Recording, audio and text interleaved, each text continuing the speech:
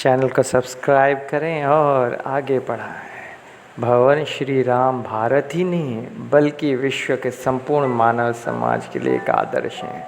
रामायण को जितना सुनो उतना कम है और इस चैनल से आप रामायण की बहुत सारी मधुर मधुर बातें जान सकते हो, सुन सकते हो। मर्यादा पुरुषोत्तम हैं श्री राम। राम जी के जीवन का हर पल लोक कल्याण और परोपकार में बीता है।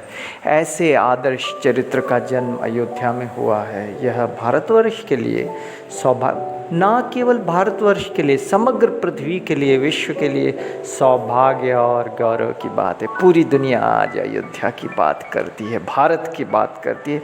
भारत धीरे धीरे विश्व गुरु बनने की तरफ बढ़ता जा रहा है, बढ़ता जा रहा है। भारत में ही प्रभु श्री राम कृष्ण की जन्मभूमि है।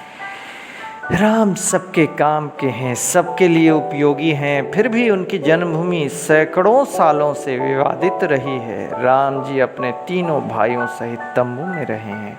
यह मानवता की परीक्षा थी, लेकिन अब प्रभु श्री राम का भव्य मंदिर बन रहा है अयोध्या में और निश्चित ही भारत के चारों धामों की भांति सभी धर्म प्रेमियों के लिए ये महान तीर्थ भी बन जाएगा एक धाम। अयोध्या अवध की भूमि पवित्र भूमि है। जय सीताराम। भगवान विष्णु ने जब देवताओं को वचन दिया कि हम मानव रूप में जन्म लेंगे, तो उन्होंने मानव रूप में जन्म लेने के पश्चात कई सारी लीलाएं की हैं।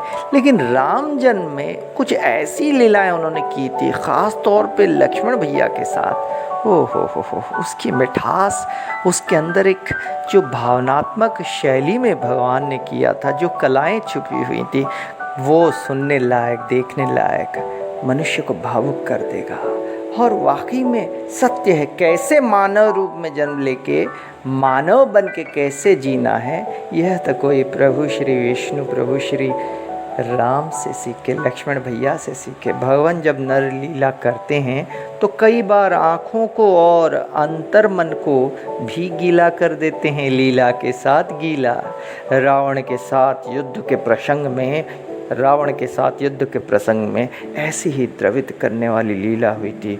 जब लखन लाल मेघनाथ की वीर घातनी शक्ति लगने से मूर्छित हो गए, तो राम जी साधारण नर की भांति लक्ष्मण जी के प्रेम में अधीर हो गए और रोने लग गए, विलाप करने लग गए थे प्रभु। यह हमने दूसरे अध्याय में बताया था इस चैनल में।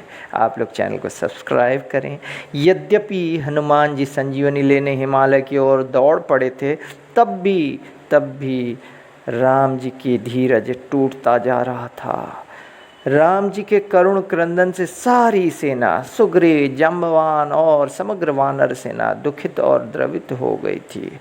प्रभु श्री राम की ऐसी लीला सुन के मनुष्य शांत हो जाता है, पवित्र हो जाता है और सफल बन जाता है। मनुष्य जीवन की सफलता का सबसे बड़ा मार्ग है रामायण। जय सीताराम।